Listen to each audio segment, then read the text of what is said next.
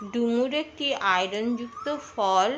যারা রক্তাল্পতায় ভোগে তাদের ডুমুর খাওয়া খুব ভালো। ডুমুর সহজপাচ্য, সহজে হজম হয়, বদহজম দূর করে, কোষ্ঠকাঠিন্য দূর করে। আজ আমি আপনাদেরকে ডুমুর কেটে দেখাবো। ডুমুর কাটার অত্যন্ত সহজ পদ্ধতিতে কেটে দেখাবো। এটা একটা 250 গ্রাম ডুমুর আছে, একদম পরিষ্কার ডুমুর। ডুমুর কাটার জন্য একটুখানি আটার দরকার হয়, কারণ ডুমুরের মধ্যে প্রচুর আঠা আছে। সেই আঠা দিয়ে আটাটাকে সরিয়ে দেওয়ার জন্য আঠার প্রয়োজন হয়। আমি আপনাদেরকে সেই ডুমুর কেটে দেখাবো। এই ডুমুরগুলো নিলাম, নিয়ে একটা একটা করে ছাড়িয়ে নিচ্ছি ডাটা থেকে। ছাড়িয়ে নিয়ে আমি ওই আটার বাটির মধ্যে ডুমুরগুলোকে রেখে দিচ্ছি। রেখে দিয়ে কেন রাখছি সেটাও আমি আপনাদেরকে বলছি। ডুমুরগুলোকে ওই আটা দিয়ে মাখিয়ে নিতে হবে, গমের আটা দিয়ে মাখিয়ে নিতে হবে। মাখিয়ে নিলে ডুমুরের এই যে বোটার মধ্যে যে আঠাগুলো বেরিয়েছে সেগুলো এই আঠার মধ্যেই লেগে যাবে। এবার আপনাদেরকে কেটে দেখাচ্ছি কিভাবে কাটতে হয়। এই যে ডুমুরটাকে 2 টুকরো করলাম।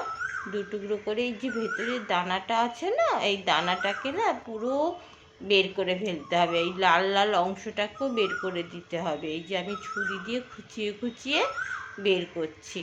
খুব ভালো সহজ পদ্ধতি, একদম আপনারা সবাই পারবেন। এই যে খুঁচিয়ে খুঁচিয়ে বের করছি, সম্পূর্ণ বের করে নেব। এর ফাঁকে আমি আপনাদেরকে বলে নিই, আমার এই চ্যানেলটা হলো খুব নতুন চ্যানেল।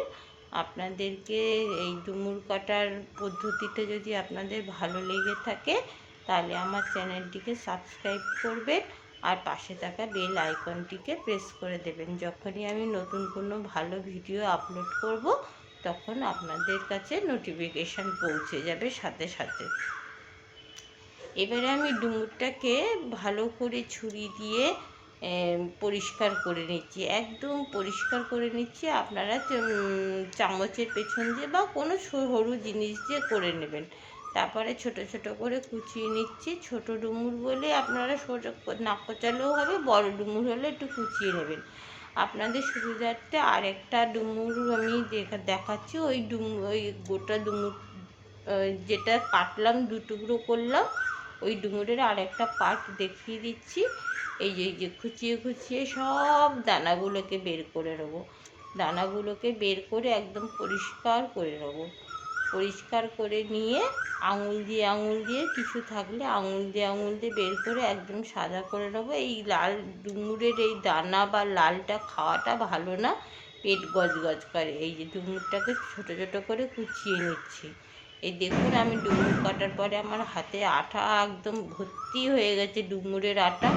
এবারে বাটি থেকে একটু আটা নিয়ে এবারে এরকমভাবে হাতটাকে ঘষতে থাকবো। সমস্ত আঠা উঠে যাবে। হাতে যত ডুমুরের আঠা লেগেছিল এই আঠার মাধ্যমে ঘষতে উঠে যাবে। এরকমভাবে একটু রগড়াবেন আর তারপর জল দিয়ে ধোবেন, একদম হাত ধপধপে পরিষ্কার হয়ে যাবে। এক ফোঁটা নোংরা থাকবে না।